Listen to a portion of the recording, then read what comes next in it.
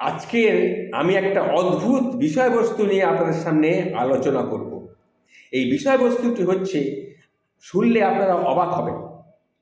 আজকের যুগে যেখানে জেট প্লেন রকেটের যুগ এখন, সেই রকম একটা যুগে সাইকেল, এই সাইকেল যে কি উপকারী একটা আমাদের যানবাহন, সেটা নিয়ে আমি দু একটা কথা বলবো।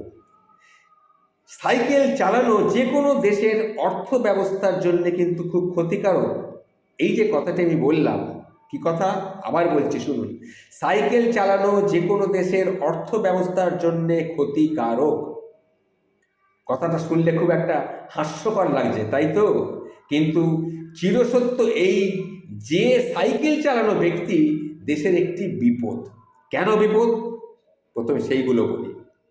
কারণ যে সাইকেল চালাতে পারে বা সাইকেল চালাতে জানে, ভালোবাসে, সে কিন্তু গাড়ি কেনে না, সে লোন নেয় না, সে গাড়ির বীমা করায় না, সে গাড়ির তেলও কেনে না, সে গাড়ির সার্ভিসিংয়ের জন্য কোনো খরচও করে না, সে গাড়ির পার্কিংয়ের জন্য কোনো খরচ করে না।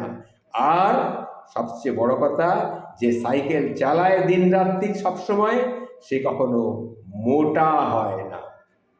তাহলে বুঝতে পারছেন সাইকেল চালানো ব্যক্তি দেশের জন্য কতখানি বিপদ, কতগুলো ক্ষতিকারক। এই যে সাইকেল চালায় সে দেশের জন্য কত বড় ক্ষতিকারক, বুঝতেই পারছেন। হ্যাঁ, এটা সত্য যে সুস্থ ব্যক্তি দেশের অর্থ ব্যবস্থার জন্য উপযোগী নয়। কারণটা কি? এই যে বললাম যে সুস্থ ব্যক্তি দেশের অর্থ ব্যবস্থার জন্য উপযোগী নয়, এরও কিন্তু একটা কারণ আছে। এই যে কথাটা বললাম, কারণটাকে শুনুন। কারণ সেই ব্যক্তি ওষুধ কেনে না, সেই ব্যক্তি হাসপাতালে বা ডাক্তারের কাছে যায় না, সেই ব্যক্তি দেশের জিডিপিতে কোনো উল্লেখযোগ্য অবদানও রাখে না। আবার ঠিক এর বিপরীতও একটা আছে। সেটা কি? একটি ফাস্টফুডের দোকান চালানো লোক দেশের 30 জনের জন্যে চাকরি তৈরি করে। কিভাবে?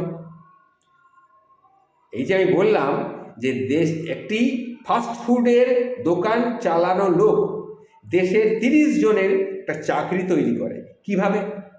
সেটা শুনুন। 10 জন হার্টের চিকিৎসক, 10 জন দাঁতের বা গ্যাস অম্বলের চিকিৎসক, 10 জন ওজন কমানোর ডায়েটিশিয়ান বা ডাক্তার বা ট্রেনার। বুঝতে পারলেন তো?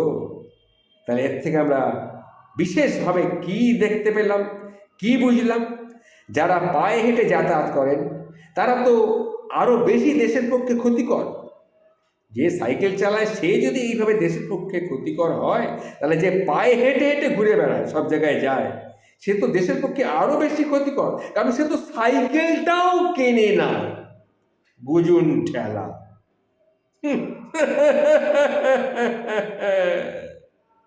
এর থেকে কি বুঝলাম? বিশ্বের সবচেয়ে সুখী দেশ, ঠিক এইরকম একটা দেশ আছে, যে দেশে সাইকেল অন্যান্য গাড়ির চেয়ে বেশি চলে। সেই দেশটা কিন্তু খুব সুখী দেশ। সেই দেশটার নাম জানেন? সেই দেশটা হচ্ছে ডেনমার্ক। এবং ডেনমার্কের রাজধানী কোপেনহেগেনে